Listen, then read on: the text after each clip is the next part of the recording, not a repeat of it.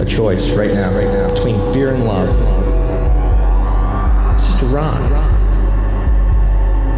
Out of the dark night of ignorance and into the shining light of truth. Expounding reality. A population of citizens capable of critical thinking. We don't see things as they are, we see them as we are. There's a level of reality where everything dissolves into an ocean of energy. We empower our experience by insisting on our authenticity. That's very profound. Very. Expanding reality. Are you funky, fresh, and feeling good? I am feeling fantastic. I've been looking forward to this one for a while. Dude, well, let's get it going here. Allan Paul Roberts, welcome to the show. You are an amazing author. Your book, The Globalist Plan to Collapse Everything and Usher in a New World Order, is something we're going to talk about. All these lizard turds out there, running around doing crazy stuff. We're kind of caught in the crossfire. Some people say we're, just kind of stuck in this thing and we can't do anything about it. I, like you, sir, feel that there's some actionable steps that we could be taking, and especially coming together to take those steps.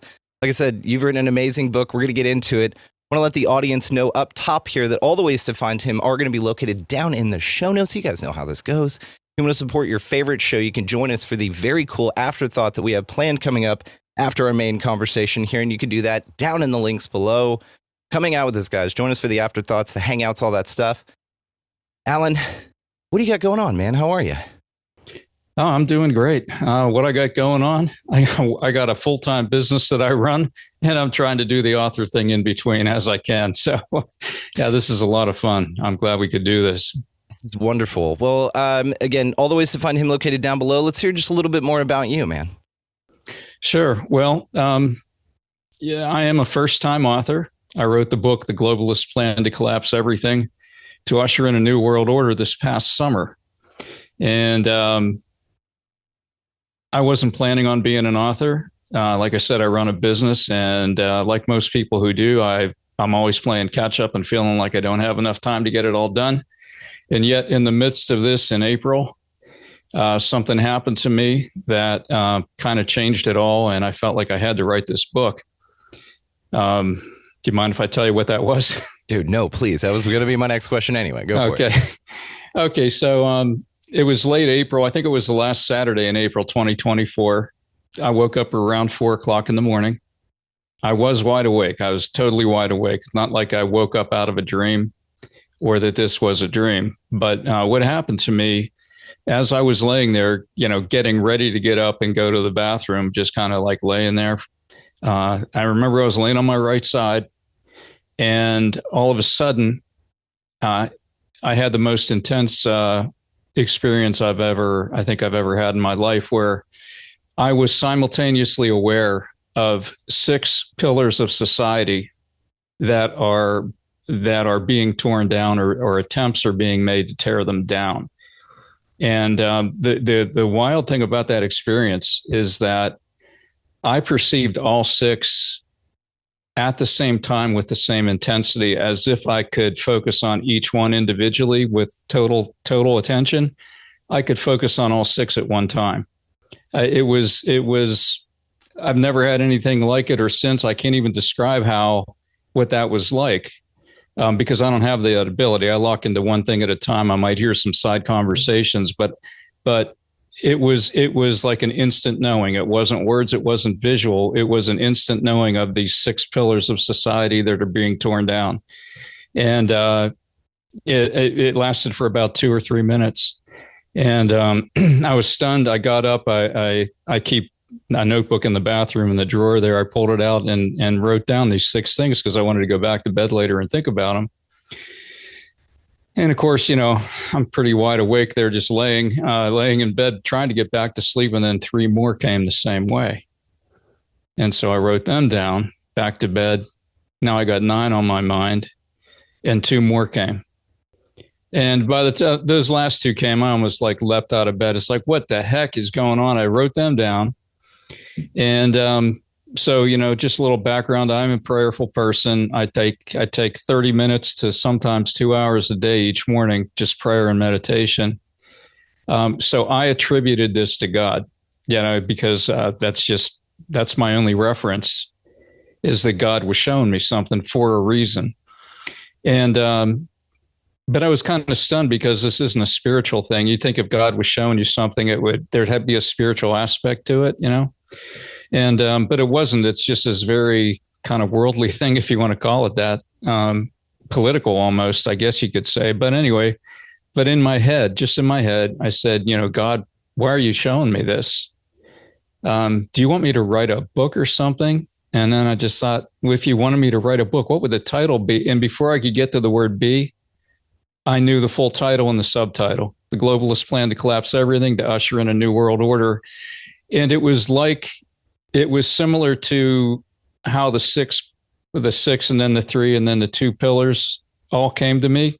It was instant. It wasn't words one after the other. It was just boom. I knew the title and subtitle was just instantly there, like a download, just like that. Are you a musician? Yeah. Okay. Have you ever written music like this where it just comes to you, play? It takes you maybe one or two times to play it all the way through. And like, where the hell did that come from? I've heard of that. I'm not that kind of a musician. I'm a drummer, so I don't compose music. That's okay. But yeah, I got some drummer jokes for you. We'll do later. Well, okay, same type of inspirational thing though. It's like this divine. You're spoken to. You're given this thing in full. There's no argument with it. There's no need to improve, right? Yeah. Amazing. Well, that was it too, because you said there's no need to improve or add to it. I thought there had to be a 12th one coming because that sounds so much more biblical. And in my head, it was like, oh, I would love to say the 12-point plan, but it's not. It's 11, and I wasn't going to mess with it, But like you said, I just knew it in full, so I went with it. That's what the book's all about. The 12th would be the individual's relationship to it, which wouldn't be included in your work, but automatically guaranteed because each person would have a subjective relationship to each thing that you're pointing out. So their relationship would be the pillar. Yeah, that's interesting. Good way to look at it. Yeah, inspiring dude. Yeah, so that was it, and I couldn't go back to sleep after that. At this point, I'm like pretty wired, and I don't know what time it is. Maybe it's 4:15, 4:20, something like that. I went downstairs, made some coffee. I'm just sitting at the kitchen table, thinking like, how am I going to write this book? Because this was kind of an intimidating thing at first. It's like, oh, you want me to write a book? I've never done a book. I've never done that. I mean, I have an MBA. I've wrote a master's thesis. That was about 100 pages. That was bad enough, but that was a long time ago. And so I was a little intimidated by that thing. And I'm just thinking, God, how am I going to do this? And the thought came just instantly. The thought came right from the heart. Write it from the heart and it'll flow. It won't be this super difficult thing. But anyway, so I'm at the kitchen table there. About an hour later or so, my wife comes down, and she shares the kind of faith that I have, very similar. And she said, I told her, I said, you're not going to believe what happened. I told her the whole thing. She goes, I totally believe it. She said, when do you want to start writing? You should go somewhere and just like get away from everything. Do you want to go to like a mountain cabin somewhere? Do you want to go to the beach? I said, the beach. It's got to be the beach. Because I'd never told her this. That's a good woman, first of all. Let's point out how amazing your partner is. But go ahead. Yeah, she's something else. But yeah, I said the beach, and I had never told her this, but I had this sense for over 20 years that someday I would write a book. No idea what it was about. And I'd even told her that, like, I just feel like there's a book in there somewhere. I don't know what it's about though. And, but I didn't tell her this, but every time I thought about writing a book, I always visually in my mind, I was in front of a window looking out at the beach, kind of real serene, where I could just kind of get in that zone of writing. That was always, every time I thought about it, that was the picture. So we booked 8 nights at the beach, pulled a desk up in front of the sliding glass doors over, looking out through the balcony onto the water. And that's how I did it, just day and night for 8 days straight to get it kicked off. So we'd go out to breakfast. I'd write all day, go out to dinner. I'd write through the evening. And she was like really good. She had her iPad and stuff, or she'd be out on the balcony or down by the pool. But she was totally supportive. If it wouldn't have been for her having that attitude, this thing probably would have taken 2 years instead of like 3.5 months. But I just blitzed it for 3.5 months, every spare moment. Cannot undersell a good conscientious partner, man. That's outstanding. Yep. Yeah, that was something. So, what I would do is I would break it up into like chunks of time, because it was intense to just keep writing all day, like on the weekends or whatever. But I would start at home, maybe noon. I'd go up to Barnes and Noble for about 6 or 8 hours until my battery and backup battery crashed, and then I'd come home and keep writing. So yeah, that's how the whole thing played out. But I was driven because I had the 11 pillars. So what I was doing is working backward from that. I was researching each one. So, on each pillar, I would first just try to get my own thoughts together. Okay, what's the evidence for that? And then I would go online and start doing all kinds of searches to get information about that. And then I would write about it. And then what occurred to me is, the most compelling thing about the research I'm doing is the videos I'm finding. And it's like, so I want to communicate, let the reader have access to these videos. So there's like a QR code on almost every page of the book that'll take you to a video, excuse me, or to a document that takes you deeper. So you have the option as you're reading the book to jump in and go deeper if you want to, or save it for later. Most of the videos are a minute or two long. There's a couple that are documentaries, full-length documentaries on certain aspects of this. But so, that's kind of how I wrote it. And then I thought, wow, I should think about creating graphics for this book. And so I used AI to generate graphics that are all like kind of like the Wall Street Journal style of the gray, sketches, almost like the charcoal sketch look to it. So the graphics are consistent all the way through. But I thought, if I was reading a book about a heavy topic like this, I would need something to kind of break it up and pace it.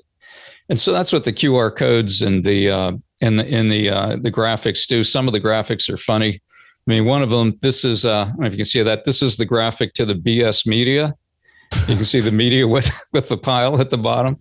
And then on this side is the graphic for the alternative media, right? Oh, so these are actually graphics from the book. I made it into a mug just to kind of have something funny to remind me of the book. But these are the kind of things that are all through it. So that's how it's set up. And the beginning of the book is all about, where have we come these past 20, 30 years, and what is globalism?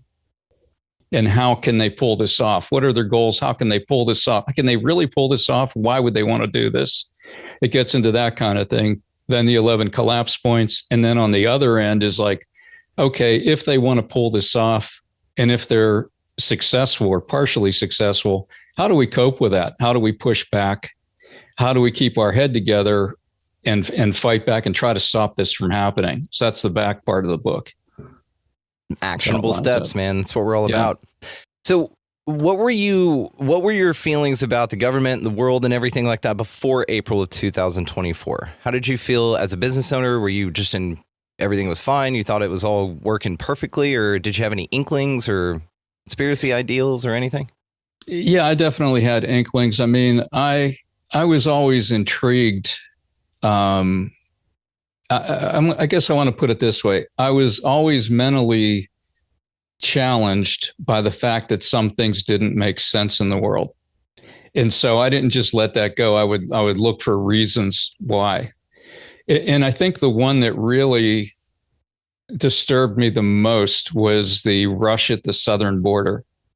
I mean, of the U.S., because never in the history of the world has a nation left its borders wide open and let people come in unvetted. During the biggest migration times of the U.S., when they're coming into Ellis Island, everybody's vetted. You had to have a job. You had to have, somebody that was going to support you to get you launched in a job. They would check to make sure you weren't sick. I mean, people got sent home. Not everybody that came to Ellis Island actually got in. I'm sure most did. But there was order to it. On this one, there was no order. It's documented over 160 countries. People from over 160 countries have come through that border. And I've seen the images of it. And I saw the images of it in Europe back between 2011 and 2016, the rush on the border there. And that really amazed me. Like, how could they let this happen? Their cultures are changing so quickly, but nobody's doing anything. Like, that didn't make sense to me. So I was aware of that, and a few other things. So I believe there had to be some ill intent behind some of this, because no rational person would choose this, right? So I had that kind of sense of it. If you would have asked me, if you would have said, give me 11 things that are being done to tear down this country, I probably could have come up with maybe 2 or 3 as my guess, if I really thought about it a while, but no way could I have come up with 11 instantly.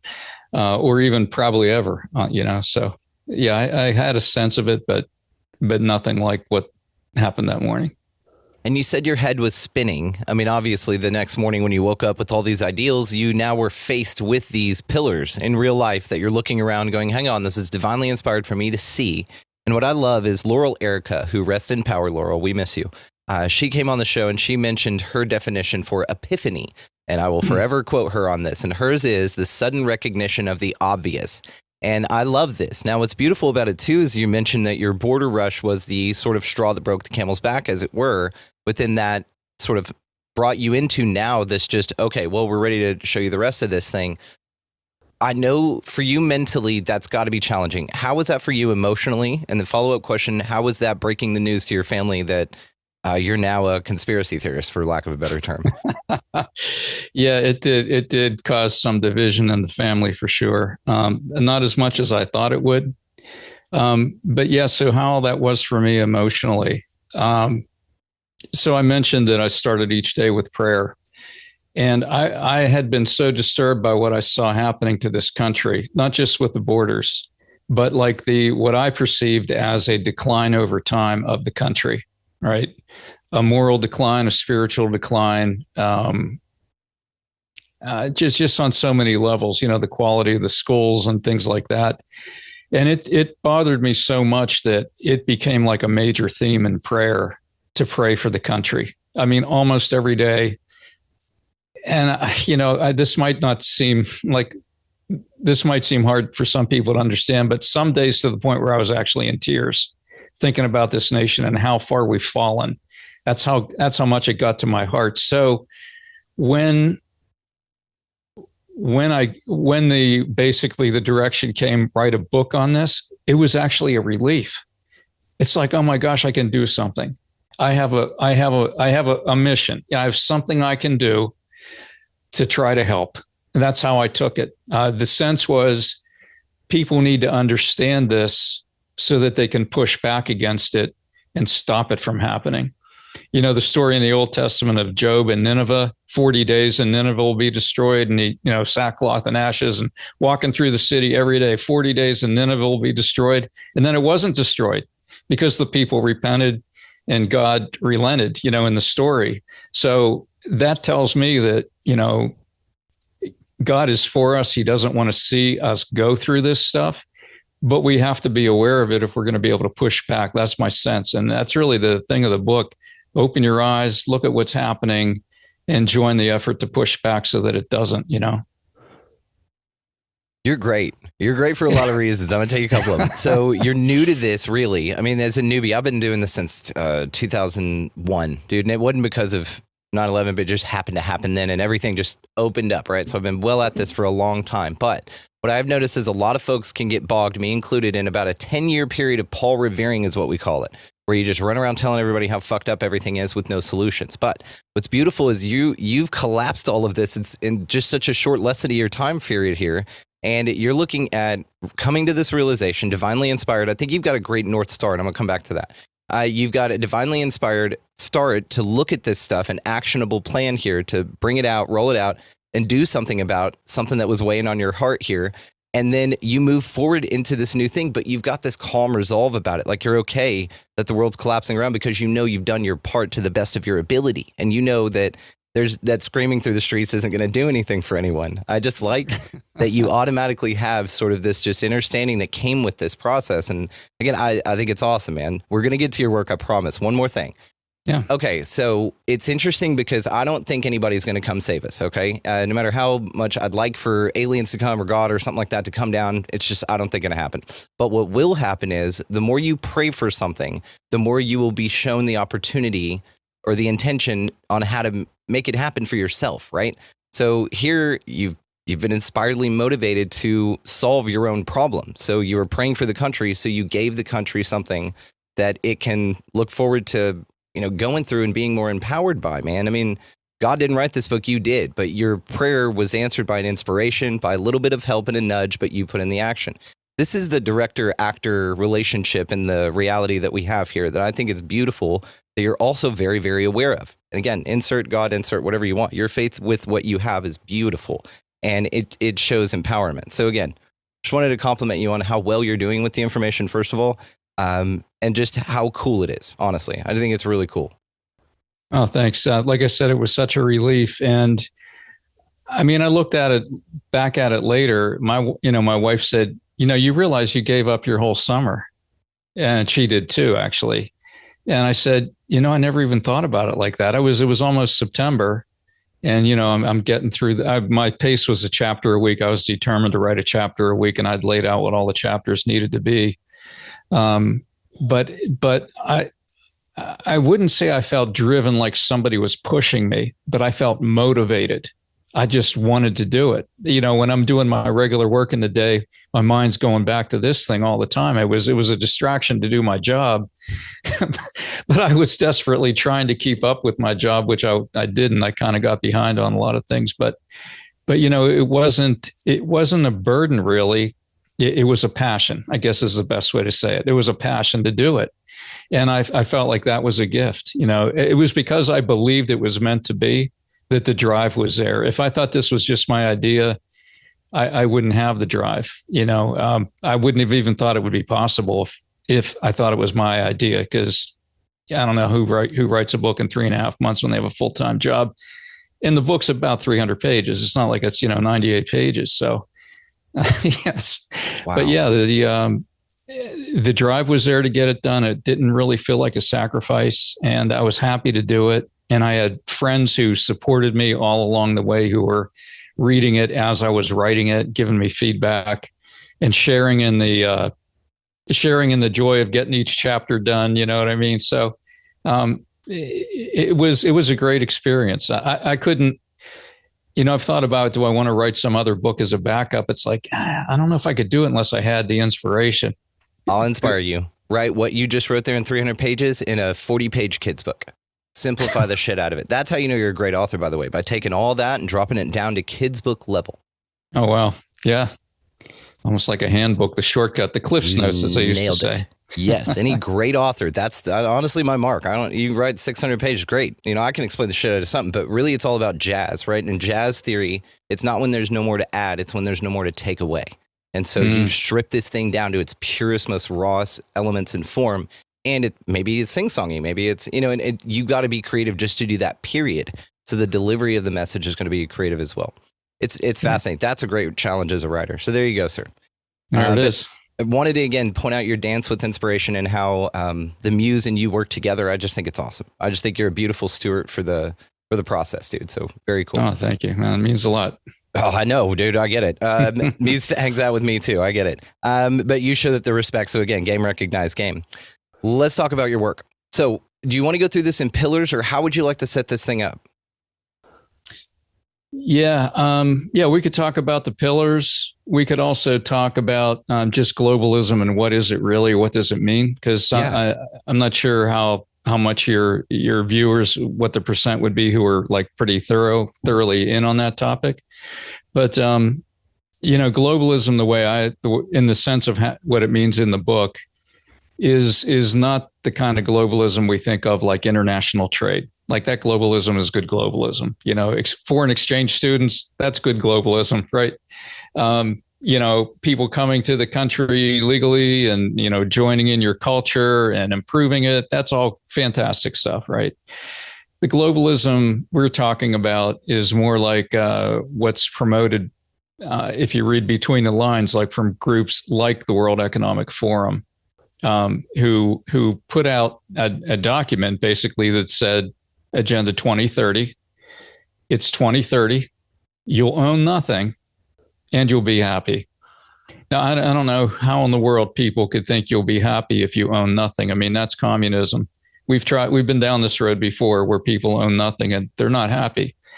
But it's this desire to rule the world from the top down with no ability to opt out, no ability for nation states to have a different idea. It's basically there's one world. The world, like John Kerry said in his address to Northeastern University several years ago, he told the students, you will graduate into a borderless world. And I thought, how would he know that? How would he know that unless it was a plan? And John Kerry's definitely in the globalist elite circle. But that's the plan, is that there's really no nation states. So they could be in name only, but not in reality, they won't be independent. Similar to how in the European Union, they have nations, but they get overruled by the EU headquarters from Belgium. So there can be an election, and that election, the elected person could be not allowed to come into power, as happened recently. I'm trying to think that happened in Romania just within the last few months. The person who was elected was not allowed to come into power. So, but that's just an inkling of what it could be, of what they want it to be. They wanted to take it far beyond that. So there's one way to do everything, and you got to be in that system going along with their rules. So, for example, if there would be another outbreak similar to COVID, if they would have their way, there'd be one way to respond to it. There'd be one protocol. And if that protocol is everybody gets a certain shot or whatever, then the whole world gets it. Nobody opts out. That is how top down it could be, right? So that's really what we're talking about with globalism, is what I would call a tyrannical form of government, where they're in charge, and it's a one world government. That's why they call it a one world order or a new world order. That's really what they mean, is a one world government, which sounds impossible, right? It does. It sounds like this is James Bond type stuff, where the evil villain. And it's interesting how much Klaus Schwab looks like one of those. If you've ever seen a picture Bond villain, dude. There's so many actual Bond villains running around this place. We're like, what? Yeah. Look at his spacesuit. What are you talking about? He does. You wonder where his mini-me and his white cat are or something. Just, he's got him in the back. He hadn't rolled him out yet. He's still in the oven, actually. He hadn't finished cooking yet. I guess. But anyway, so there's more to it than that. But that's the basic premise of it, is that level of control. And then you get into, well, okay, it's one thing for them to have this goal, but how could they actually pull it off? How could they have that much power, right? So that's where you get into the next step of who owns the world, who really owns the world. What are the centers of power and money that rule the world? And in the book, it takes you to a video where in real time you can watch somebody doing searches through Yahoo Finance to find out what businesses own other businesses, like what group of investors own each level of business. And they keep rolling it up, and you find out the same investors own Coke and Pepsi, Boeing and Airbus. Every major competitor in the world, they're all owned pretty much by the same group of people. And it keeps rolling up. Then you get into BlackRock, Vanguard, and State Street near the top of the pyramid. And then you get to the very top, and you're left, I believe it's with Vanguard and State Street. And then you learn that Vanguard owns State Street. So basically, Vanguard owns the world, but then you look at who owns Vanguard, and that's where it stops. You can't find out, because Vanguard's organized in a way that you can't know who their investors are. And so this pyramid just goes up, and that's how they have the power, is because they have the control. They have the control of most of the major media, almost all of it, which is why in the book, it'll take you to a video where everybody is saying the exact same news clip. So they control the news through the way they have these organizations that do the research for the news and then sell it and spread it out, kind of similar to how the AP has a story that shows up in all the newspapers. But there's levels way higher than that to control the narratives you're hearing teleprompter people read, which is really what newscasters are for the most point, is teleprompter readers. They're reading the same thing.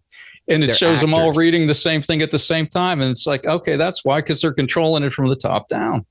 Exactly. These dudes are actors, and you'll see a bunch of news people in movies as well. And so in our minds, it's like, oh, they're putting it right there in front of you, that if they're in a movie, they're playing the same role either way. They're playing themselves. They're an actor, And I've always wondered, I've always been amazed at how convincing they are when they're doing it for a movie. They sound exactly the same, to your point, right? Neil deGrasse Tyson's one of these, by the way. There's a lot of interesting people in our world who are just science or just this or that, but they're all great, brilliant actors for some reason and get put in roles that usually sort of mock their positions, which is fascinating.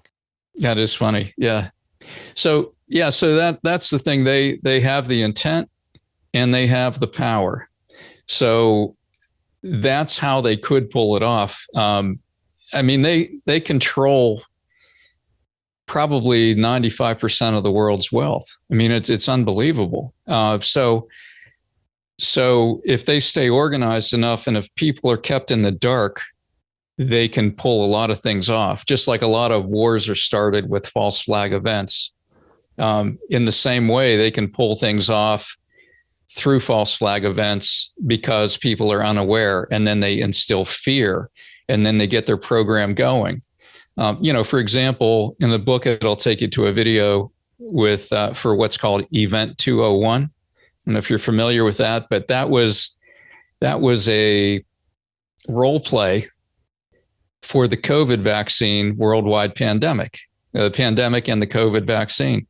If you look at Event 201 in the book, or just Google it, and watch the video, it is almost a prophetic preview of what the world was going to get. They even called it a COVID pandemic, and they have the newscasters showing how people are going to react, and giving the news on the reactions and things going on, and the lockdowns and all this kind of stuff. It was like, you would think it was prophetic. It wasn't prophetic. It was planned. It was planned. So, that's all part of the World Economic Forum, the UN. These people work together to try to impose their will on the rest of the world. So that's how it's possible, right? And, from there, I guess the next thing would be to talk about the 11 collapse points, if you'd like to go there. Absolutely. Just to mention also all the other real world military training exercises that are happening at the same exact times as identical traumas that are happening as well, or happen very close proximity. 9/11 is one of these. They were having an exact same scenario as what actually happened. And there was confusion on the radios. Is this real world or exercise? We're in an exercise describing this exact thing right now. And there are countless examples of this. I'm sure you found a few in your research. But yes, it's fascinating, man. And I think, honestly, the only thing they have control over, resources, is an interesting one, because we can always, let's be honest, if we all got together and just stopped buying something for a day, that thing would go away. If we did this with gas, we are the ones that hold the power. And this is why I feel that they need to be so big, and we need to see them in some giant thing. They have to structure themselves that way, which is exactly what you said, because their only real power is to perception manage our minds. And this is where the control is. It's all fear, man. And you've nailed it with this. But by exposing it, this is where you start to pull back the curtain and go, hey, there's some dude back here pulling switches. It's not a big wizard floating head guy. Just a normal dude. We can actually kick his ass if you want. You know what I mean? Exactly. I agree 100%. I think the power of evil comes in the form of generating fear. And I don't know if we want to go there, but maybe we could do this afterward. But I learned at age 16 the power of evil. Like, I experienced in a way that was very direct. And what I also learned, and it took a while, but what I learned was that the power of evil is in the intimidation and fear factor that it tries to generate. And if you can see beyond that fear, you realize that it's all a phantom. The fear can be terrifying to the core of your soul. But once you realize that God is infinitely more powerful, and that if you call upon him, you can destroy the fear instantly, and it has no power over you. But evil uses fear and intimidation as one of the main weapons. If you look at the whole COVID pandemic, think of the level of fear that started that whole thing, and how people, including myself, we did things out of fear. I mean, you remember packages coming to the door and wiping them down and all this stuff. I mean, it was a very confusing thing at first. And it was gradually over time that some people, they finally woke up and said, this is asinine.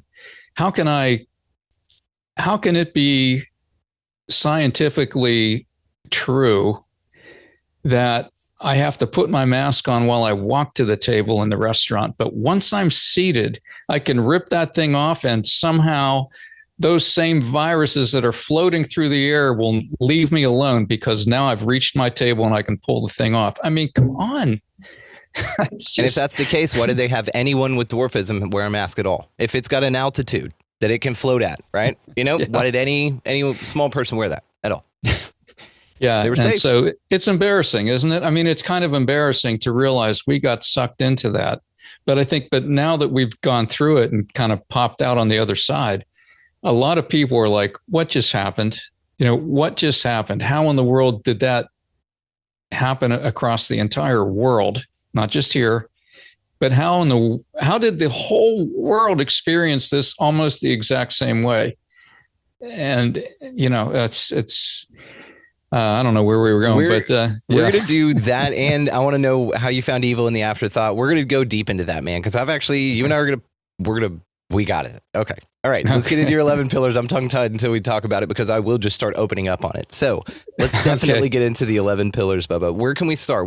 Let's start at 1, right? I'll start at 1. And this is my, I got flashcards here for you. Oh, dope. Look at this. So, okay, this is the model for the pillars under attack. You can see the building with the pillars cracking, and there's actually 11 of them there. But these are the 11 pillars under attack. And so we're going to start with the first one here.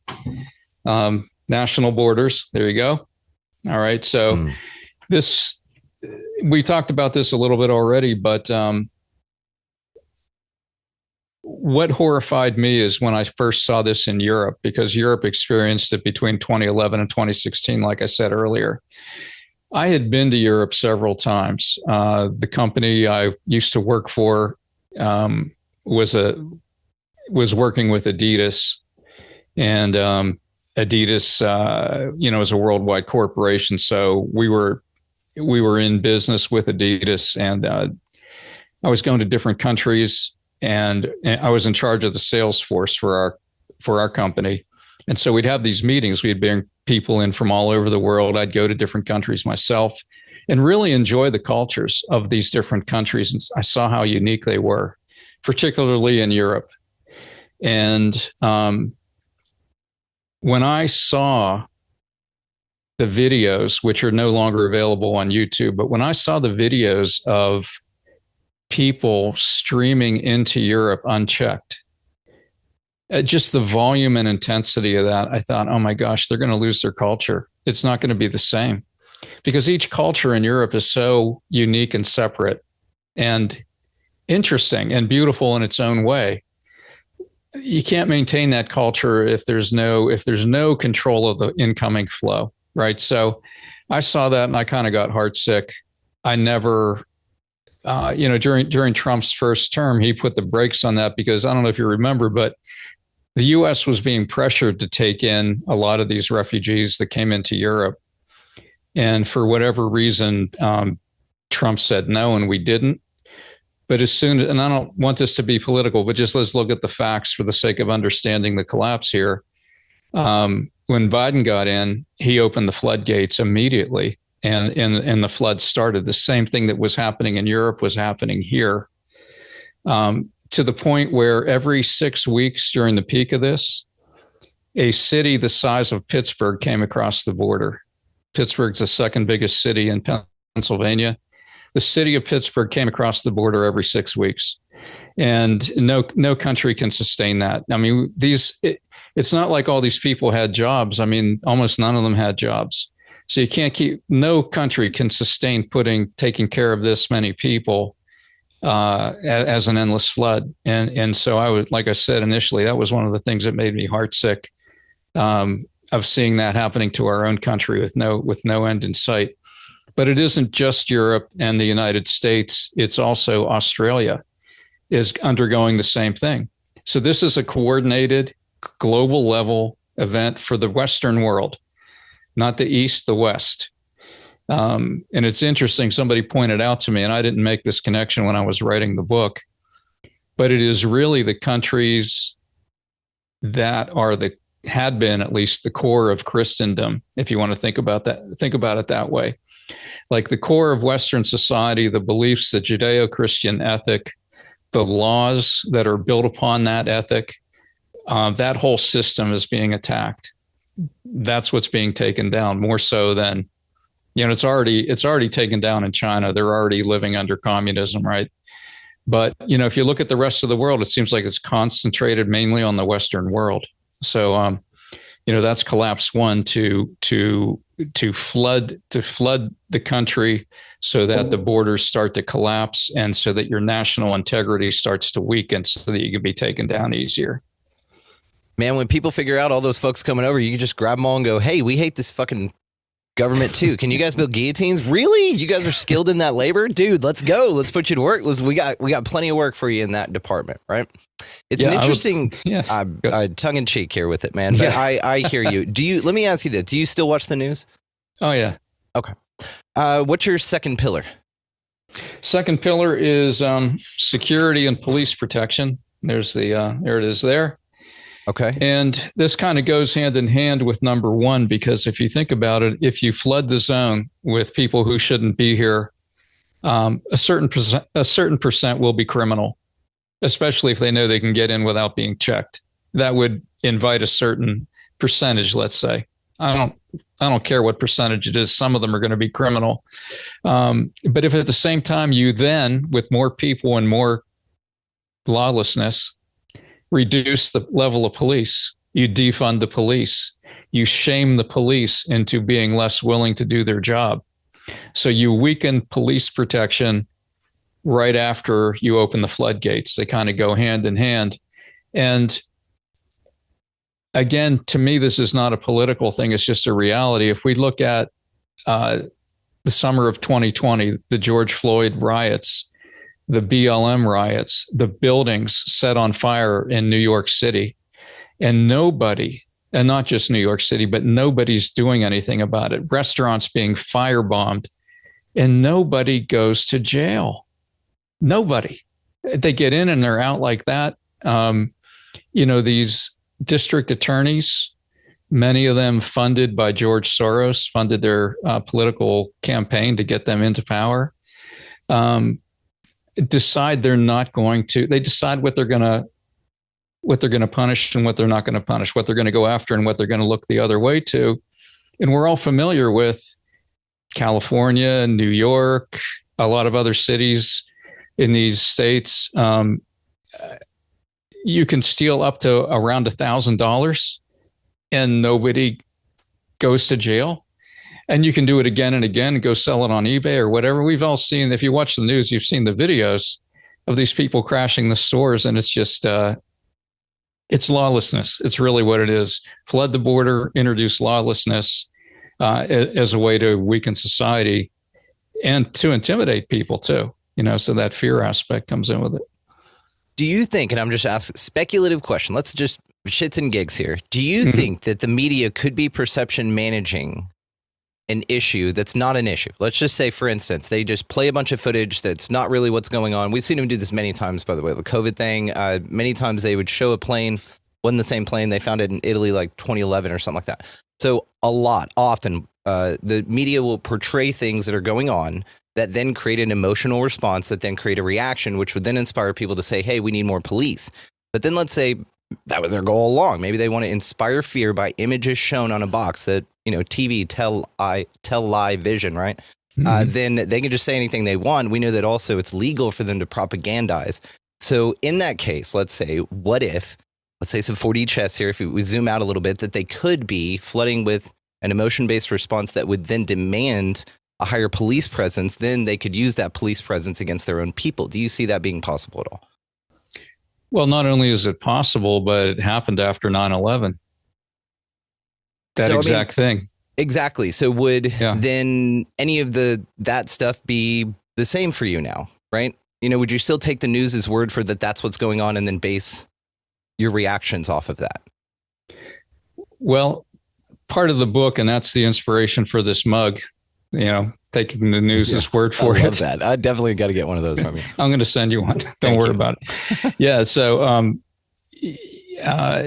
that's why in the book I spend a chapter on what's called the rise of the alternative media. Is for the very reason you mentioned, is because we've learned that we cannot trust the mainstream news media anymore. And we have to find alternative news sources because I make the claim that the alternative news media is the only true free press in America. That the main media, the mainstream media, is for the most part captured by the corporations that own it all.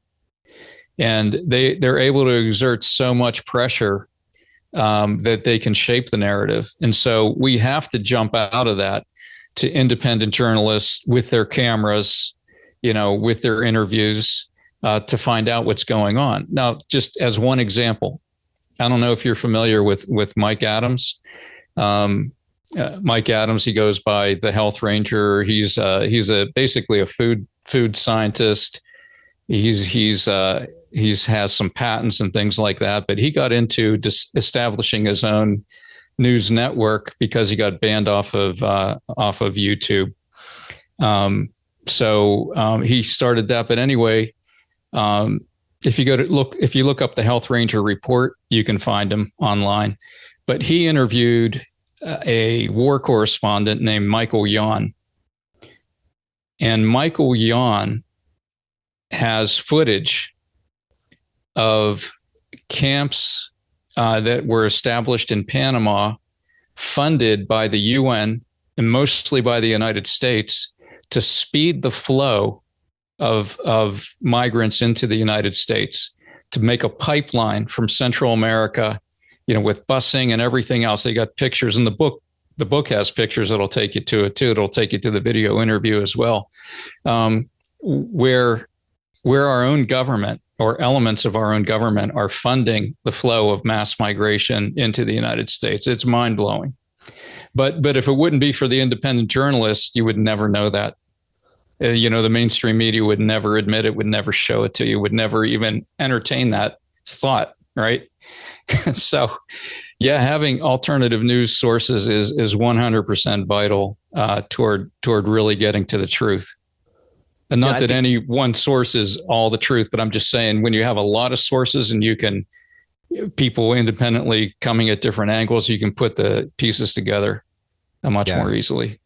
Don't disagree, man. That's how we do this, right? You're just shining lights from different angles of a statue, and we're all trying to see what it is, in 3 dimensions, because they give you this very surface level 2-dimension shadow fog-filled thing, and we've got to sort of decipher this thing, man. Right. It's very interesting, man. And your discernment, I think, is the only fact checker you've got, man. I think you're going to be thrown all kinds of crazy shit. I think you will be led down rabbit holes intentionally. God, spirit, anything like that is going to do this so that you can really sharpen that discernment, because it's getting too crazy, man. With AI, with everything, it's very challenging to be able to discern real from fake. And so that's why you just got to close your eyes, take a deep breath. Say, first of all, do I want to be listening to any of this shit anyways? How does this help me tend my garden? Do I have that little closet or that little drawer in my kitchen with all the batteries cleaned out? Have I done that, right? Before I start looking out there. It's just, another thing to this that I think of whenever I think of the revolving door that is this weird ass place is let's say that they're running a club, right? And all of a sudden the club, they, for some reason, flood the front of it with a bunch of people that aren't dressed right. They didn't pay to get in. You paid the cover charge and you're dressed right. And you're like, what the hell is this?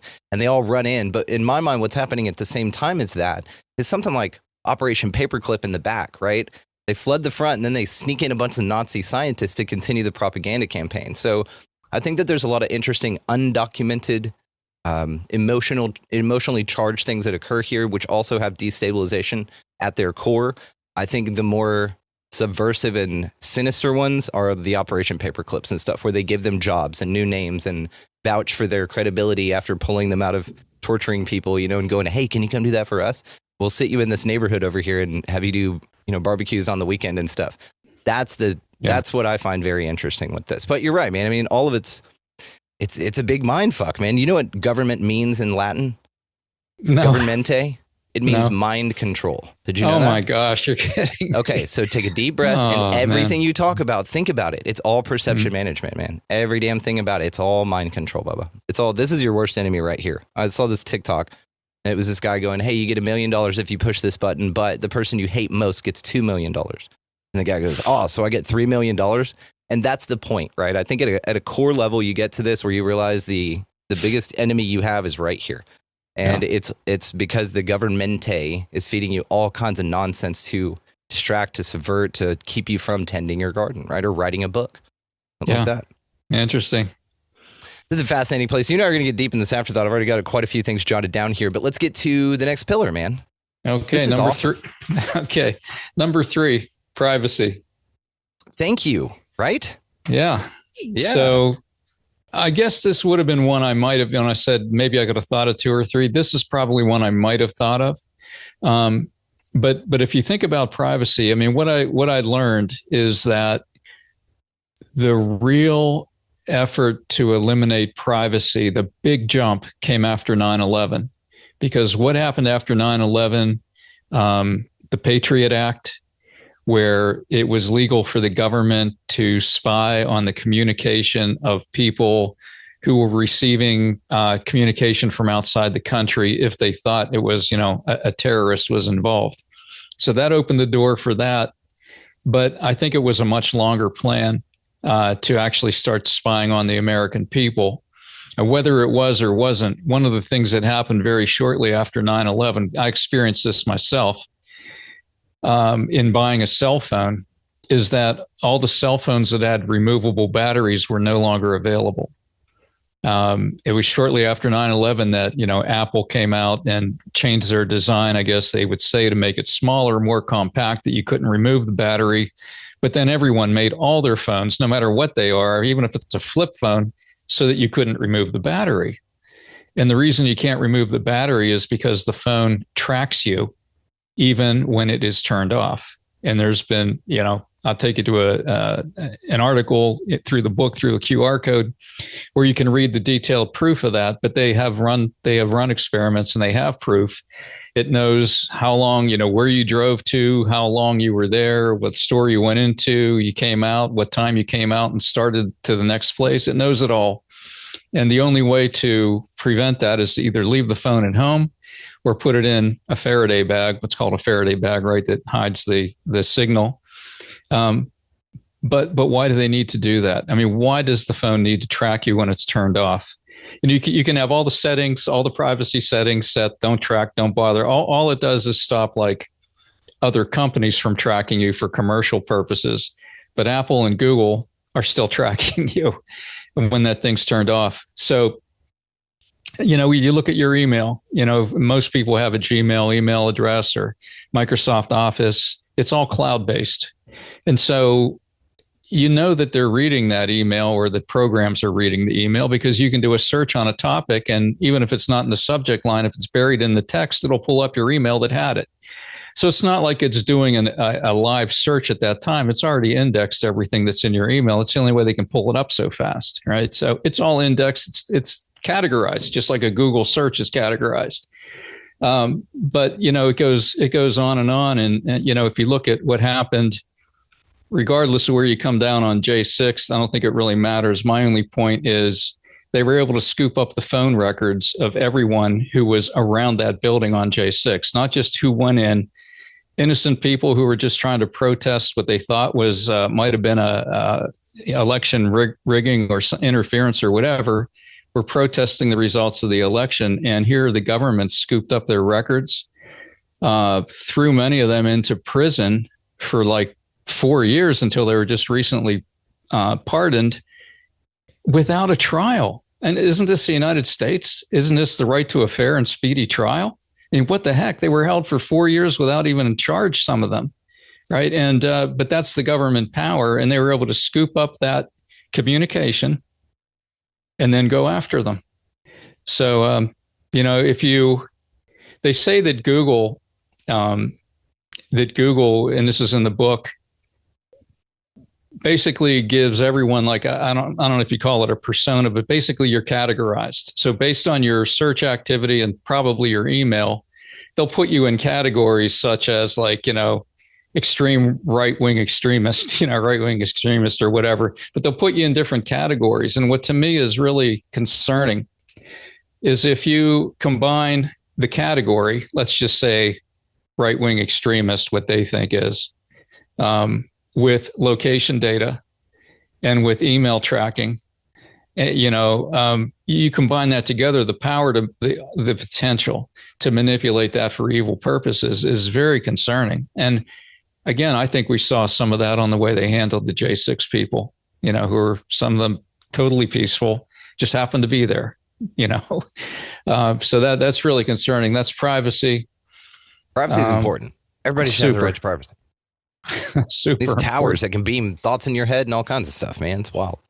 It's craziness. Yeah. There's number 4, banking and finance. And you see the banker there with these T-bonds, T-bills and T-bonds, treasury bills, treasury notes on his back there. The reason that graphic came about was the notion that our banking system is very fragile right now. And it was made fragile on purpose, I believe. So here's what happened. The economy's roaring along just fine, right? And, you had the events actually the first crash was 2008, the first economic crash. But we've had several crashes since then, the dot-com boom, and then, the real estate boom and real estate bust. And then you had the worst one, which is COVID, where the whole economy almost came down. They had they flooded the banking system with cheap money. They sent out money to people and businesses to try to keep them going. But what they did at the same time, they ran the national debt off the charts, really ran it up high. And for a time, they kept the interest rates so low, near zero, that banks, and I mean literally near zero, like 0.1% at the lowest rate, banks could borrow money at 0.1% from the Fed. But they would also be buying, because they had all this money, they would be buying treasury bonds, treasury notes that might have a 1 or 2 or maybe even eventually a 3% rate of return, but mostly like 1 and 2%. And so what happened is, not that long ago, the Fed cranked the rate up to like 5%. So if you have treasury notes that you bought at 2% that have a 2% rate of return, and the new rate is, let's say, 4%, that treasury note that you have as an asset on your books is worth half of what it was before, because the rate just changed. So everything you have that's given off this rate is only worth half of what it was. So these banks are underwater. And the only thing that's holding them, that's kind of keeping it afloat right now, is that they're allowed to keep it on the books at the original value. But if they have to cash those in because there's a run on the bank or people pull their money out of the bank, they have to eventually sell them off. And when they sell them, if they're forced to sell them in order to pay depositors, they have to sell them at what they're worth, which is half. So their balance sheet is going down and down. And, it's a very fragile system. We remember It's a Wonderful Life, that movie, right? When there's a run on the bank. Well, I don't really have your money. It's in Harry's mortgage. It's in whatever, right? The money isn't just sitting there in the bank. It's been lent out. So if people want that money, they got to sell off assets. They got to sell their T-notes or T-bills and take a hit, and they can be not solvent. And then the bank could be shut down. It could be collapsed. And then the money supply collapses with it. People can't borrow. Businesses can't borrow. That's the danger, is that the borrowing stops, so the economy stops. And when the economy stops, there's unemployment, and it's this downward spiral. So that's the potential of it. So it's very concerning. And I think it's it's kind of hanging by a thread. As long as there's nothing to disrupt it, we'll be okay. But, one big shock and it could come down fast and hard. But what we're talking about here is the FRNs, right? The Federal Reserve Notes, the private debt-based system that's collapsing. So it sounds to me like we're just using more lawful money, which is based out of that Seskakavy Trust, Seskakavy 1666, that trust that was set up that we all have and that we've been kept from us. That's a security that's traded. And it seems that the fake money thing is what's collapsing because it's too far underwater. We all knew this. With a debt-based system, you can never go back. And then, I mean, obviously the national debt thing's hilarious to me because who the fuck do we owe the money to? Like, all these countries owe trillions of dollars to each other, but it's, in my mind, again, a way to sort of devalue the resources and keep them away from people with this imaginary nonsense. So it sounds like banks are collapsing. I'm happy about it, honestly. I think that that's the biggest problem here, are the banks. We are in a trust community group, actually. We're learning to get into the private banking system. So we're done with that public-facing shit. So I say bring it down. I know a lot of other people are concerned about it. I am not, my friend. I'm looking forward to the full collapse. And it sounds like your book is helping us with that as well. So we appreciate it. And this is also what I think the you own nothing and love it can be pivoted to, because if you are working in trusts, technically you own nothing and you will love it because you're not held financially liable for those things. They're held in trust and you're the beneficiary of them. See, we're working it. We're working there's it a here, way to Allan. love it. I guess there is a way.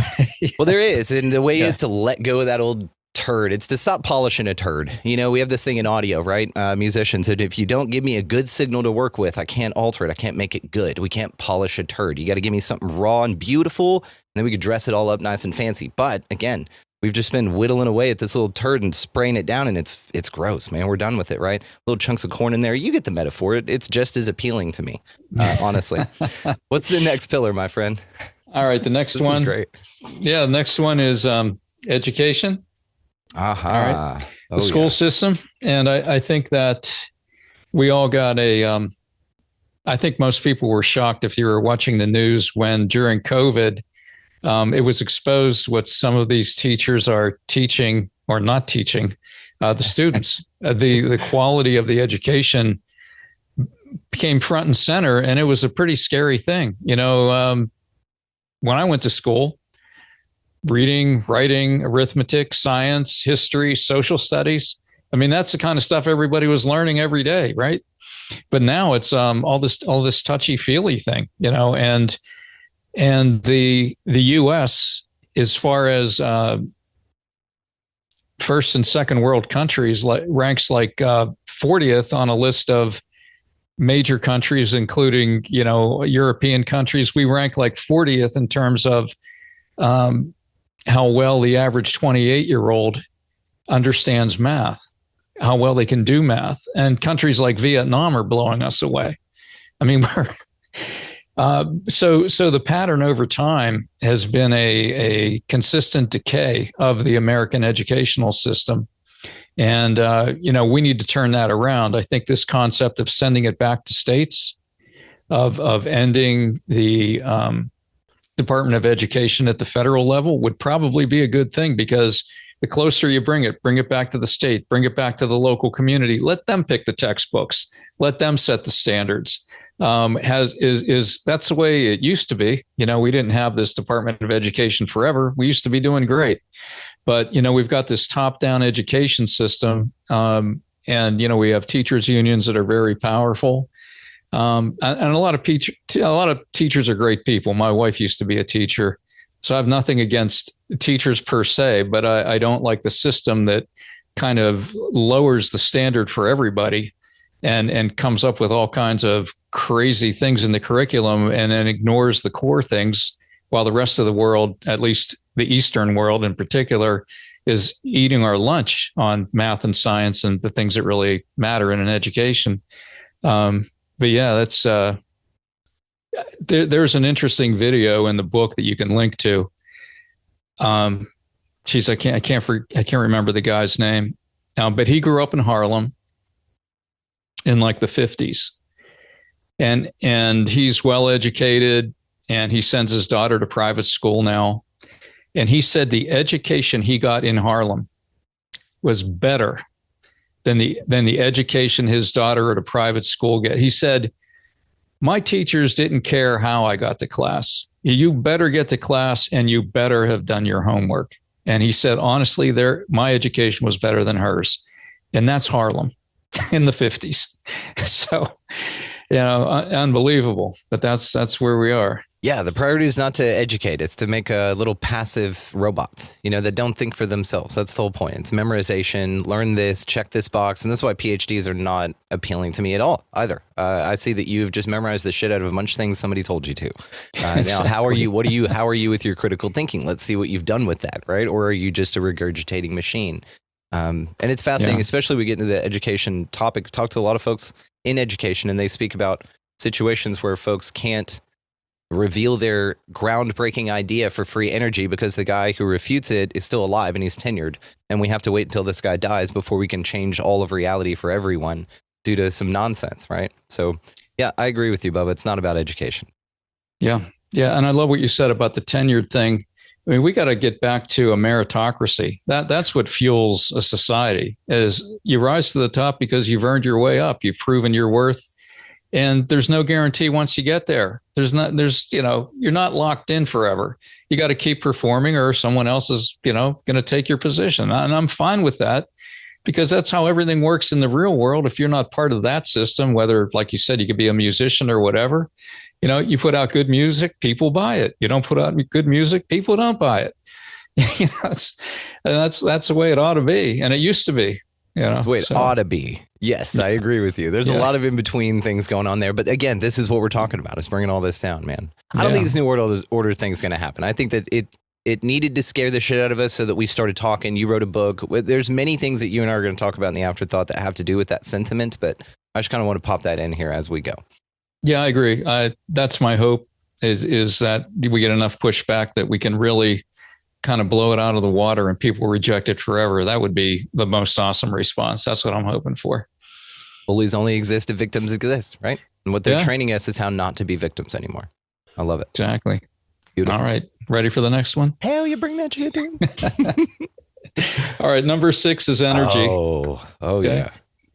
So energy is what powers a society, and cheap energy is absolutely necessary. And there's a movement to take away in the Western world cheap energy and replace it with expensive and unreliable energy, to take away coal, natural gas, propane, things like that, and only have electrical power from, say, windmills and just power that can be turned off and rationed, combined with other things that they have in their plans. Again, it's all about control. It's very easy to flip the power switch to someone's house so that they can't get electricity, or to reduce the amount of electricity that's available by forcing wind power and solar power. Not that those are bad, but scientifically, there's not enough wind power and solar power in the world to power the world. You need coal. I mean, China brings new coal plants online every week, literally every week. And the United States, our hands had been tied. Maybe that's changing now. I'm not sure, but our hands had been tied. Basically, Obama was very open about wanting to get rid of coal power. Biden continued that trend. But, it's really coal plants that are powering the electricity that goes into your car in most cases. So, it's great to have an EV, but think about what's really what's bringing the power to that EV. I can guarantee, and it's mostly not solar panels and it's mostly not windmills. It's coal plants. It's one of my favorite things ever. All the people charging their cars had to wait for the diesel truck to come fill the diesel generators that are in that giant steel box behind all the chargers that are charging the damn thing. It's amazing. And there's another guy who keeps a little gas can and a generator in his car so he can power the generator so that he can charge his car off of it when he needs to.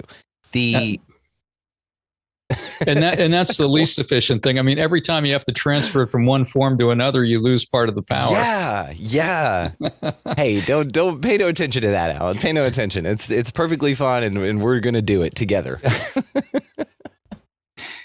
All right. So yeah, there's this movement to basically cut off the energy so that we can control you more. If we can limit your energy and have you only on an electric car, we can eventually limit how far you can drive, and we can control you much better too. So, so in most cases, everything they want to do, the opposite should be done, and we'd all be a lot better off. Anyway, nailed it. We're going to talk about it. You've nailed it. All the things you're talking about, there are solution-based things going on here, dude. This is awesome.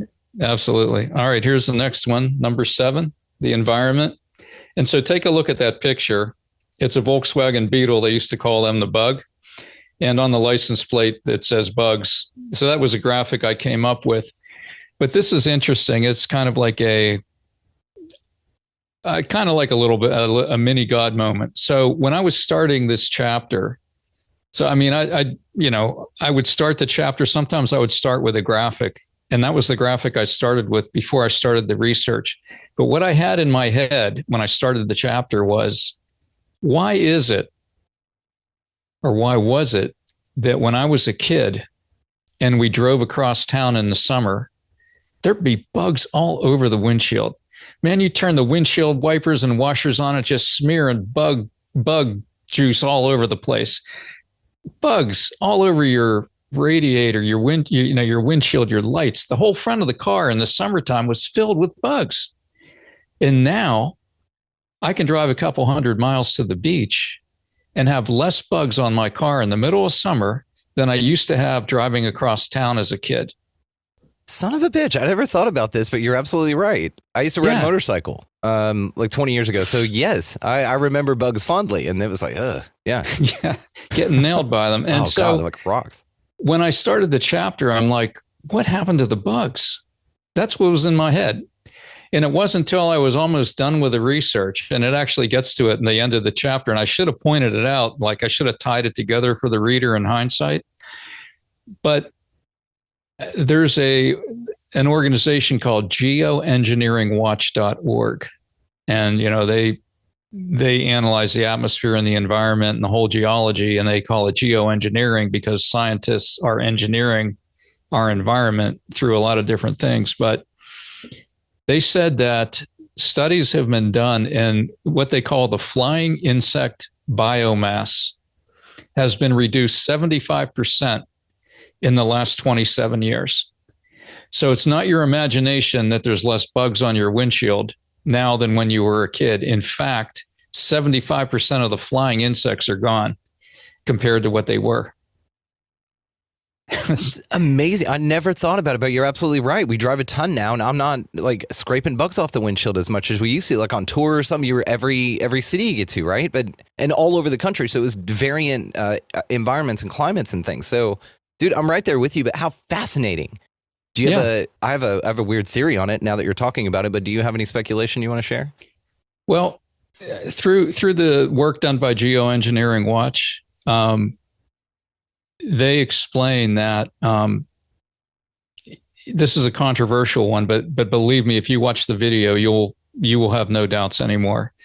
But what's in the chemtrails that they've been spraying all over the world? These chemtrails, Geoengineering Watch was able to get a NOAA plane, National Oceanic and Atmospheric Administration plane, that has sensitive equipment on it, and they flew it up into the chemtrails and the plane has equipment to gather air samples while it's flying. They gathered these samples, and they said they contain toxic levels of aluminum, barium, strontium, and maybe one or two other things, toxic levels, but they were nanoparticles, so small that they can go between the blood-brain barrier in humans and animals.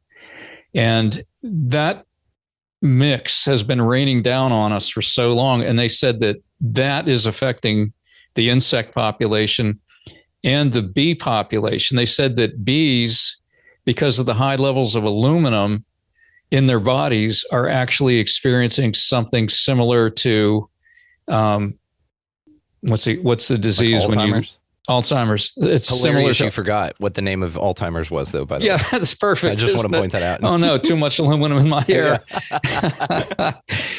No aluminum-based deodorant, by the way. Just put that on your list too. Aluminum-free deodorant. Same reason. I actually did get rid of that after I learned about this. But yeah, it's crazy. But yeah, they say that's actually what's happening. It's the bees are confused, not able to do their job as well as they used to. But it's actually killing off a lot of this, and it affects the plant life too. They say that this is settling on trees. It makes the trees more flammable. Like when there's a fire, the trees go up faster because of the chemicals on the trees.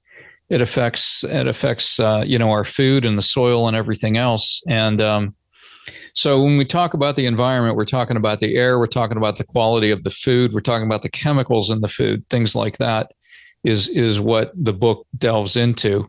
And I think a lot of people are aware of this, but because it's come out in the news lately. But Kellogg's and Post and all these cereal companies, they have a different formula for Europe, which has different laws. You buy Fruit Loops here, there's red dye number 5 on it. You buy them in, over there, and there isn't. So there's all kinds of chemicals that our FDA has approved, which you got to wonder why, have approved that are toxic, that we are ingesting all the time. And the glyphosate that's in a lot of our vegetables and food, because they're spraying it on everything to kill the plants instead of plowing the fields like they used to. Instead of plowing it under, you spray it, it dies. They plant the next thing, and you got glyphosate just leaching into the soil more and more. But that's what we're talking about with the environment. And you got to push back. I don't know if you've noticed this. It would be interesting. You got to look up, but it used to be that almost every day, you could see where I live in Pennsylvania, chemtrails through the sky. Since they recently cut the funding for, what was that big one that was in the news? They cut the funding for, I'm trying to think what that organization was. Anyway, the last couple of weeks, the last 4 days specifically, not a single chemtrail here. The skies are blue again. But they said that that's where some of the funding was coming from for that. So you got to wonder, with all this Doge stuff that's peeling away the money that we're blowing on everything, and they're cutting it off as they find it, that's actually potentially stopping these chemtrails. And I hope it is, because that would make me really happy. I just, after reading that and writing about it in the book, every time I see one, it just really pissed me off to see that. It's like, how can they get away with this stuff? Anyway. I'm going to connect you with Gabe and Sharon. Gabe and Sharon make these incredibly cool organite pieces. I know I have one here. I keep this on me at all times, by the way. And this is a little organite piece that busts sort of all of the, let me see if I can, it's not going to focus. Anyway, we'll get you in contact with them. They'll send you some stuff. It'll change your life, dude. It's really, really cool. It's interesting, sort of the way that we're combating against the things that are flying over your head. You actually just stick a little thing out here, and it's very interesting. You can do it from the ground and then gift your local towers, stuff like that. We'll get you in contact. They're really, really cool. They'd love to talk to you. Sounds great. Yeah. But an important one to bring up, man. You're absolutely right. Yeah. So you can see when all this hit me in the same time in one day. Dude, it's pretty so overwhelming. Heavy. That's what I'm saying. Yeah. And then I've got next levels for all the things you're talking about. Whenever you're ready, go ahead. All right. Here's number 8, the medical system. Oh, yeah. And you see that picture is the doctor coming to the door. I don't know if you're old enough, or maybe you have to go to your parents, but I remember when I was a kid when doctors made house calls. And the reason that's such a significant thing is it gets to the quality of medical care we had in the past, where a doctor was willing to make a house call and could actually do it. He could spend the time to make the house call. Today, you go into the doctor's office and you feel like you're on a conveyor belt most of the time. That the goal is to get you in and out of there as quickly as possible and write you a prescription that you can fulfill right there on the spot before you walk out the front door. And it's a machine. And the medical system, what I learned, and I think a lot of people know this, but I didn't know it, but the medical system we have today, it was John D. Rockefeller that came up with the system, basically was able to introduce the system we have today, where it's all pharmaceutical based. So yeah, there's naturopaths and things like that today, but in the past, those had been a big part of medicine, different naturopathic type remedies and plants and things like that, to treat different illnesses. And Rockefeller was an oil tycoon. He was, they say, perhaps the richest man in the world ever. He owned all these oil companies and had a monopoly for a long time. But he was really sad, Yeah. But of course, a lot of people don't realize that the pharma industry is almost all petroleum based. Almost all the pills we take that are prescription are based on oil, which was his plan. And he was able to get the laws changed through financial pressure, get the laws changed and change it so that the medical schools, that there was only one curriculum essentially for all these different schools. And it was the new system, the pharma-based system, and that there would only be one organization that would certify doctors, and that was the American Medical Association. But before that, there had been several associations. So all those went by the wayside. The pharma industry came in. It's a pill for an ill. And now we have this incentive, let's say financial incentive, to make people sick so that we can keep earning money off of them. And so, we don't treat the underlying sickness, we treat the symptom with a pill, which then sometimes causes other symptoms. You need more pills to fight those symptoms. I mean, my poor mother-in-law, she passed away, but she was on like 20 different pills every day she was taking. And she switched doctors and he got her off like half of them. He's like, this is crazy. You're taking this and then this other thing to combat the symptoms that's giving you. And, it's crazy. It's just a cash machine. And great customers, not cures, right? Right. Exactly. So, but yeah, I mean, we didn't really get into it, but a lot of these things, what they have in common is the goal to reduce the world population. And this has been going on for a long time. There's how long have we been hearing that the population's out of control, the planet can't support the population, and there's all this pressure to reduce the world population. And so you have, this technocratic elite that think it's their job to reduce the population. I mean, there's a video in the book. A lot of people have seen this video, but it's there just as a reminder, where Bill Gates in his TED Talk says, if we do a good enough job with vaccines, and he lists a couple other things, we might be able to reduce the population 10%. Now, wait a minute, vaccines to reduce the population. It's like, yeah, I guess that is kind of lining up with the COVID vaccines that, he was a big proponent of, and tied to the World Health Organization. He's his biggest financial supporter. The same guy that's behind he bought up, it's in the book, he bought up 70 million acres of farmland, and the goal is to cut down the trees and bury them under the ground to reduce CO2. It's like, dude, CO2 is what plants need, and that's what they produce. We need that. Just see, they breathe in CO2 and exhale oxygen to kind of make it a simple metaphor. So the plants give us the oxygen we need. We give them the CO2 they need. And it's all one big happy family. But no, we're going to mow down 70 million acres and bury the trees underground to reduce the carbon footprint. And it's like bizarre stuff.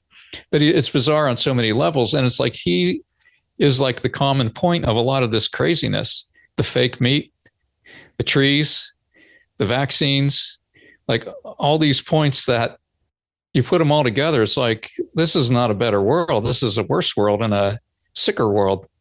So I was going to tie into the eating bugs, which has to do with your bug and New World Order thing, but also his mosquitoes that he drops out of helicopters that are geoengineered, which made me think of maybe that the reduction in winged population would be to reduce the things that feed on mosquitoes, so that you can have no predatory issues with your GMO mosquitoes that are running around out there. Because eventually that's going to affect the bird population as well, the birds that eat those, right? Sure, it's top absolutely. down. So yeah, you affect the little guys. I mean, it's just wild. Side note here, have you gotten into that Bill Gates was really killed along with his wife Melinda in Africa in 2013 because some tribes got sick of them fucking with their kids and took it upon themselves and killed them? But the Gates that we have now is actually played by a clone and or actor, and Melinda Gates is actually Kevin Kline. Isn't that fun? Oh my gosh, no, I had not heard that. I'll pull up some pictures. Now you of gave the me something to research. I will. This is what the afterthought's for, dude. So yeah, we'll pull up some stuff. All right, so we'll do some fun shit with that. Okay, let's get to the next. These are great, man. All right, number 9, food supply. Mm-hmm. Okay, so this one is incredible. Let me see if I can find it in my It's a great book here. graphic. I just wanted to point out the way that you did that. Yep. Thank you. So let me see if I can find it in here. I have my cheat sheet version of the book. Okay. I'm going to pull a page. So I have the book also in 8.5 by 11 3-ring binder format. But oh, nice. I don't know if you can. Yeah, it's a good option. If you can see that chart there. Do you see that chart on the bottom? Yes. Okay. The little one is 2021. That's how many fires were happening per month at food plants all across the country. The one on the right is 2022, how many fires were happening at food plants across the country.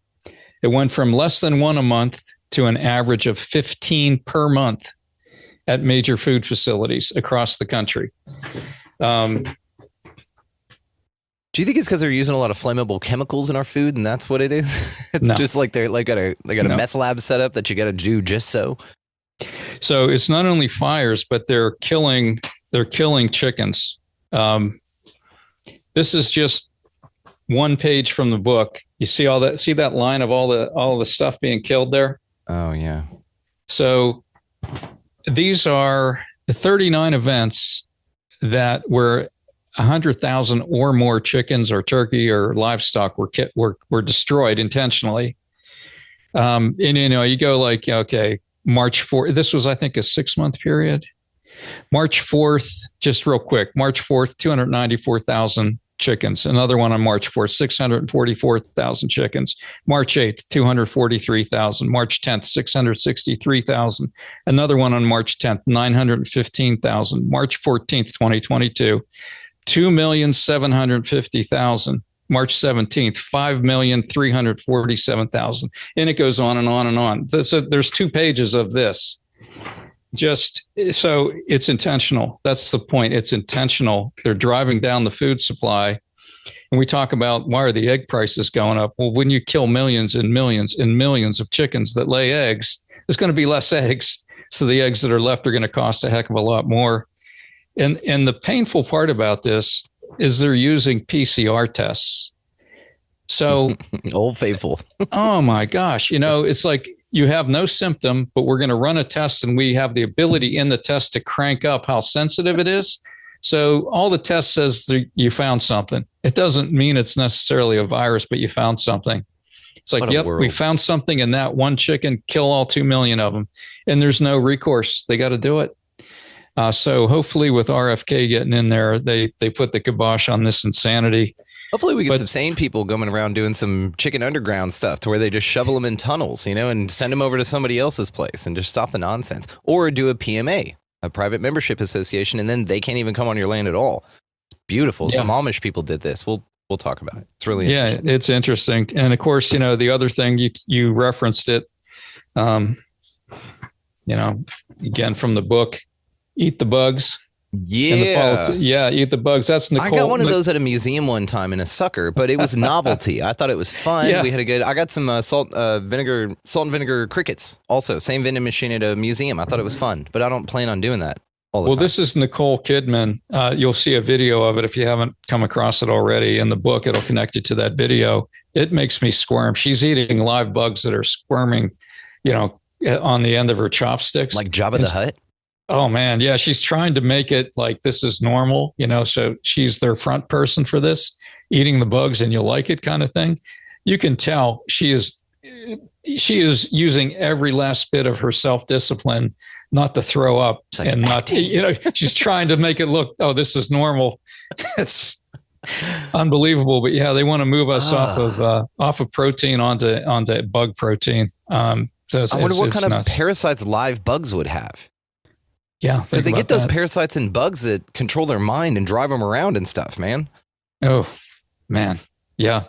I mean, sushi's bad. I had Lyme disease twice. Oh. So I'm really sensitive to anything related to parasites. And I know how much, what hell they can create in your life, And yeah, just the thought of a bug-based diet, that just makes me squirm. Oh, we're on a parasite cleanse right now, actually. Just fun fact about me. We're doing this right now, and it's I think we just started this thing, but I've got a little nasally, I've got kind of we're pushing stuff out. No weird turds yet, but it's been interesting. I'll let you know, Alan. Okay, yeah, let me know how that works out. Literally, right? Yeah, literally.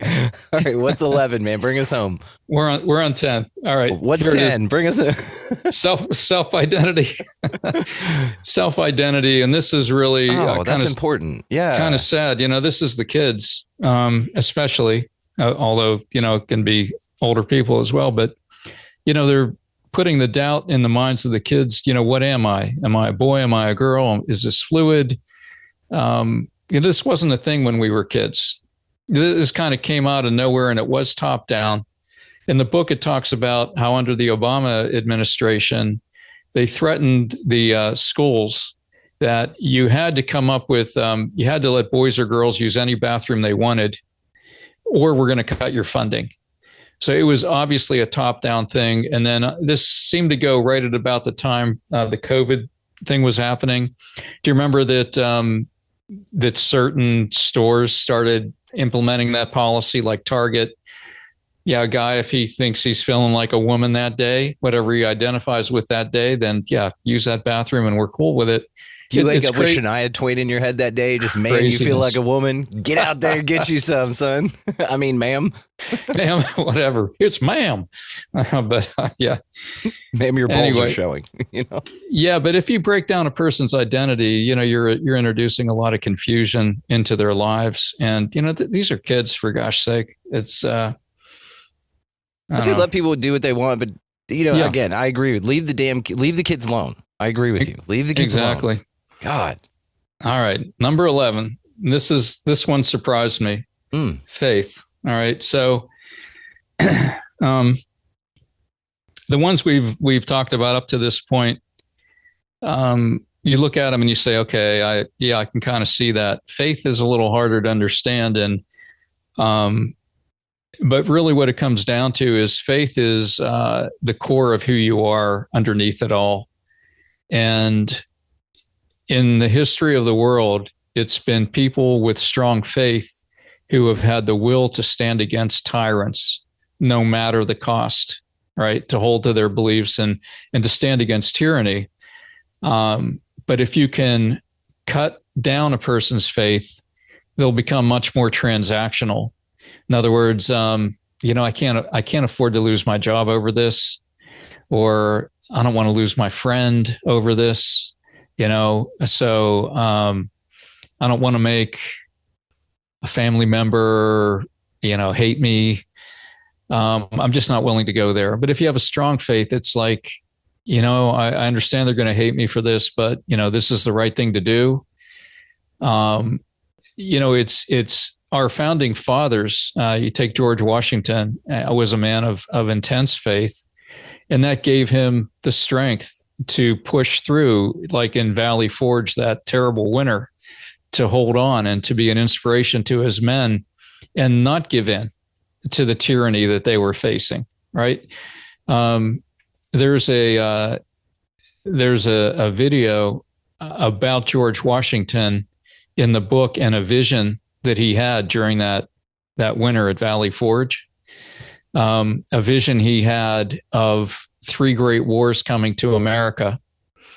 And I don't know if he saw an angel, or some people might say it was Mary, Blessed Mother, but it wasn't revealed to him who she was. But he described her as a woman of singular beauty. And he talked about this vision of 3 great wars. And I think it was the Revolutionary War, a civil war that was coming, and a third war that would be on U.S. soil.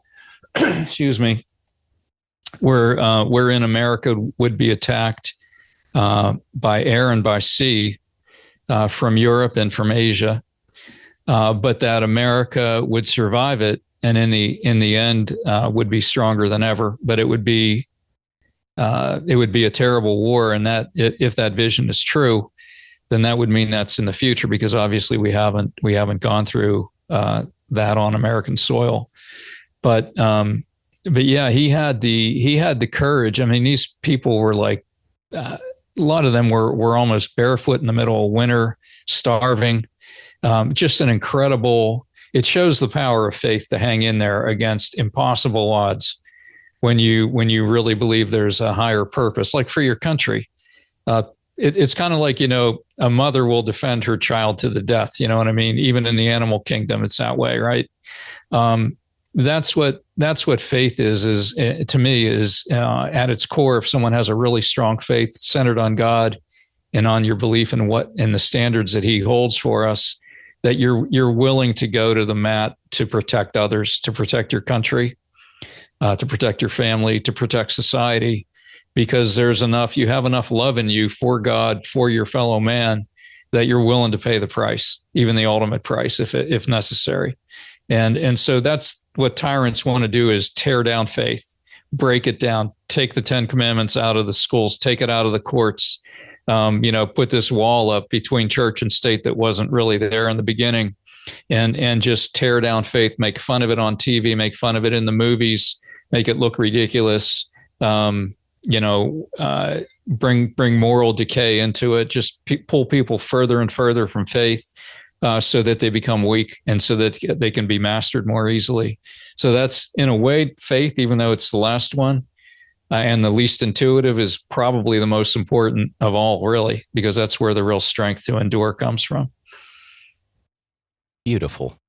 Beautifully said. The other side of this coin is people to question their faith in the system in which you are pointing out. Because if you look around, all the pillars that you've talked about here, people probably have a bunch of misplaced faith in. And if you can get them to question that, I think that's another beautiful part of the chapter, man. Well done. Yeah. All Outstanding. right. Outstanding. Absolutely. Well, thank you. Allan, what do you say we do one more question here? We give you the last word rather, and get to our afterthought here. We have actually a lot of stuff to talk about. I'm going to blow your mind. Are you ready for it? You're going to need this next few minutes here. Take a break, go to the bathroom, stuff like that, and just take a couple of minutes, go, okay, mind ready to be blown to the next level. Allan Paul Roberts, sounds awesome.